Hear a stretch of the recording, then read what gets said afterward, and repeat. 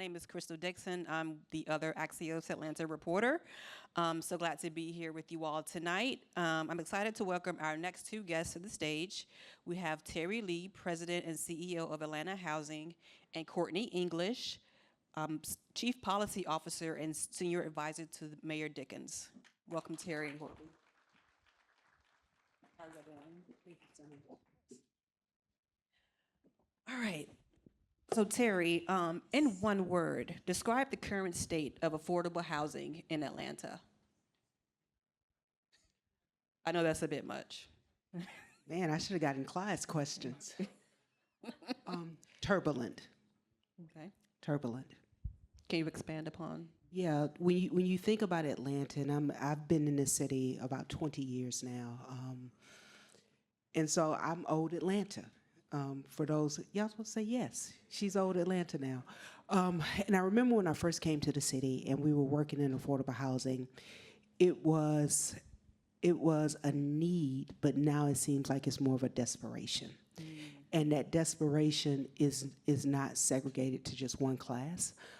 First coming into Atlanta 20 years ago, we were trying to help families that were mostly of color and low income. Now what you see that is a turbulent tide where a need for affordable housing, quite honestly, is across any spectrum. When you look at our public safety officers, when you look at our school teachers, when I look at some of my employees at Atlanta Housing, there's a need. And part of that goes back to the real crux of it is what housing costs versus what people make. And in the state of Georgia, with a minimum wage at $7.25, it literally takes, someone would have to work 140 hours a week in order to truly afford a 1 or 2 bedroom apartment. In that same vein, Courtney, can you talk about, the mayor has a plan to preserve or build 20,000 affordable housing units by 2030. Can you talk about where the city is in that process and what are some challenges that you all are facing to reach that goal? Yeah, certainly. I believe that we are at a place now where we're recognizing the fruits of a lot of hard work. Leaders like Terri Lee, Clyde Higgs, and our army of people have done really a tremendous job of recharging the engine of affordable housing in the city. And so in less than 4 years, we've delivered 5,800 units of affordable housing with another 5,000 somewhere in the development process. So that puts us on track to meet the mayor's goal of building or preserving 20,000 units of affordable housing in an 8-year period. Actually, we're about a year or so ahead of schedule. And so we've done that through a variety of means. The challenges that we continue to face are market pressures. There are a lot of folks who are going to move to the city. There are a lot of folks who are already here who candidly have more month than they have money. And so the question becomes, how do we do two things? One, meet the demand with by increasing our production capacity, but also how do we ensure that we put more money in folks' pockets so they can afford to live where they want to live. And so we're really in a space where we're battling the market on a daily basis, and we've done everything in our power, and we continue to do everything in our power to meet that demand. Okay. We heard that 2.8 million people are moving to Atlanta area. Terri, in addition to housing vouchers that help people afford a place to live in the city, what are some other initiatives that you all are doing to sort of keep housing affordable in Atlanta? No, absolutely. And I would say this is probably, even though I said it's turbulent, this is also the most exciting time from a public sector standpoint to be a part of the affordable housing journey, because we have the opportunity to serve a mayor where affordable housing is truly his love language. And so when you think about any of the tools we have other than housing vouchers, I have 377 acres of land that we're actively utilizing to incentivize the production of not just affordable housing, but mixed income housing, and quite honestly be a catalyst to different neighborhood transformation efforts. We are using the full force of our federal resources. We are lucky in Atlanta to have a flexible designation when it comes to our federal dollars, that we can use our money not just for housing assistance, but we can also use it to help with capital investment in order to make affordable housing happen. And then last, we're really moving forward with a proactive acquisition strategy. We recently acquired the old Stadium Hotel. It's at 450 Hank Aaron, and it's the remodel hotel that's near the Georgia State campus, but really near the Olympic stand. And so what we're trying to do is, while we're populating those 377 acres, while we're making sure our housing choice vouchers are allocated, we also want to be very intentional about proactive acquisitions that we can take so that we can help make sure that we keep the supply of housing available. That sounds great. Courtney, back to you. 2 Peachtree, the city acquired that building, I think, earlier this year. That's going to be a big deal. What is it going to take to convert a decades-old office building into a place where people can obtain affordable housing? Yeah, so it's going to take a lot of money, a lot of patience, a lot of hard work. We're super excited about it. When we purchased that property, we did it for a few reasons. One, because we do believe that office to residential conversions represent the potential future of office space and affordable housing in the city. There's enough square footage in downtown Atlanta alone to, quote unquote, house almost 100,000 people today, not including what could be converted to housing. And so we're super excited about those projects. Since we started 2 Peachtree Street, there have been half a dozen other office to residential conversions, including Georgia Pacific, which was announced 2 weeks or so. So it's creating a flywheel effect that we're really excited about. But it's hard. Right, and so you've got a building that was a bank. It used to be the tallest building. Is behind this big blue screen. If y'all can't, y'all are messing up my view.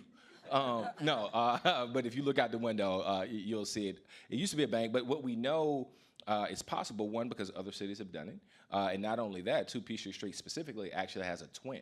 There's literally a twin building designed almost to the exact specs in Dallas that was also a bank, and so they converted that building to residential a few years ago. And so we flew out, take a look at it. So we know it's absolutely possible, and the market is beginning to follow us. Right, and the market is rarely incorrect in terms of where it decides to put its money. And so we're super excited about that. We are housing fanatics, so we're building housing inside of old office buildings. We're building housing on top of fire stations. We're building housing in parking lots made from old shipping containers. If you got a backyard, we'll put a ADU in that too. So come holler at me once we get off stage. But we're moving as fast as we can. You mentioned the shipping containers. You all recently opened, I guess maybe earlier this year, you opened the Melody project in South Downtown. I know the mayor mentioned possibly replicating that model in other parts of the city. Can you talk a little bit more about the status of that and where are some areas in the city that would benefit from that? Yeah, so we're going to build, the Melody was an incredible project. We literally took shipping containers, turned them into housing on an old parking lot that folks used to, park their cars in. City employees used to use for parking. They're upset, but it's fine. We had to move them down the street. But we housed 42 individuals in permanent supportive housing. And so these are individuals who were moved off the street in a permanent supportive housing. They can stay as long as they want. We're helping them get stabilized. And so we're going to do that time and time again. Most recently, the city of Atlanta passed a $60 million homeless opportunity bond. It's the city's largest investment in homelessness in the city of Atlanta's history by far. And so we're going to dedicate that money to creating more Melodies. And so we've already identified 2 additional sites, and you'll hear more about those sites in the very near future. But they should be on, one of them at least should be online by the end of Q2 of next year. Okay. Terri, can you talk a little bit more about what Atlanta Housing is doing in an innovative space? Yeah, absolutely. One, we're partnering with the city on the Melody. We're utilizing our housing choice vouchers to make sure that our unhoused individuals who are able to access permanent supportive housing can also afford to stay there. But in addition to that, we're literally taking the Civic Center. Civic Center, many of you has been sitting dormant for quite some time, since 2017. We'll be closing on the first phase of Civic Center next month. All said, we'll have about 1,500 units of housing on that site, along with retail space, revamping what the Performing Arts Center looks like, as well as office space. I'm excited also about Bowen Homes. Bowen Homes is along the west side. Along the west side, if I can just digress for a moment, we have about 130 acres that we're moving forward rapidly to make into mixed income housing developments. And so for Bowen Homes, we're looking at, it's a 74-acre site. We're looking at about 2,000 units of housing, with 20% being dedicated to homeownership, but we'll be closing on the first phase of Bowen Homes in November as well. We're continuing with the redevelopment of the Herndon Home site. Right now, we're actively under construction with phase 2. Phase 3 will be closing in December. Notice I keep saying closing, right. Closing. And I say that because we at Atlanta Housing have more activity today than we've had in the previous 10 years. Over the next, I dare say, 8 to 10 months, we would have closed on over 25 transactions. Those 25 transactions would create about 3,700 units of housing, with 80% of that being affordable. And that's right here in this city that we're moving forward with. Okay, that's really nice. That's worth a round of applause. That's a lot of hard work. Well, let's talk about blight. I know that, can you all both talk about what you all are doing to sort of combat this problem? I know the city, I think within the last month, held, I guess a tour of some of the properties that you all are renovating. I guess on the west side off Hollowell Parkway. Can you talk a little bit more about what both of your entities are doing to combat this problem? Yeah, so sure. Blight is bad. It's a life, health, and safety risk for neighborhoods. It depresses the value of our communities. And additionally, the cheapest housing comes from structures that are already standing. We did a lot of work in some of our more disadvantaged neighborhoods, and what we realized is that, candidly, landlords are taking advantage of the system. Some small landlords, some large-scale institutional investors. And so we passed the city's first ever blight tax, as well as we plan on using what is probably the most powerful tool to combat blight in government's hand. It's called blight condemnation, which is essentially eminent domain. And so for large-scale investors who've been sitting on these properties, haven't done anything with them, and are intentionally driving down the value of our communities, we're going to have a different conversation with you. Simultaneously, though, if you do have a property and you want to get in the game and figure out how you can turn that property either into affordable commercial space or affordable housing or green space, we want to have a conversation with you. And so it's a carrot and stick conversation, but for those bad actors, we're certainly going to have a different conversation with you. And I agree with Courtney 100%. So if you just think about the Housing Choice Voucher Program, literally what that means is that a person has to pay no more than 30% of their income for housing, and the housing authority will pay the balance. So if your rent is $1,500, my family can only afford to pay $500, we will pay that $1,000 difference. Okay.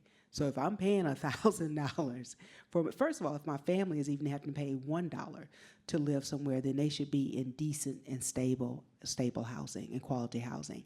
And so we're going to take you to court. If we have property owners, we have about 122 properties across the city that we subsidize from a multifamily perspective. If we have property owners that are not providing housing, adequate housing resources for our families, we are going to move our contracts, or if we have a lease, if we have a ground lease on those properties, we're going to take you to court for receivership. I mean, it's just that simple. Well, it's actually hard, but it is that simple. It's that simple, but not easy. Yeah, it's actually hard to do, but it's simple to come to the decision that you have to do what's right for our families. Well, we're out of time. Thank you so much.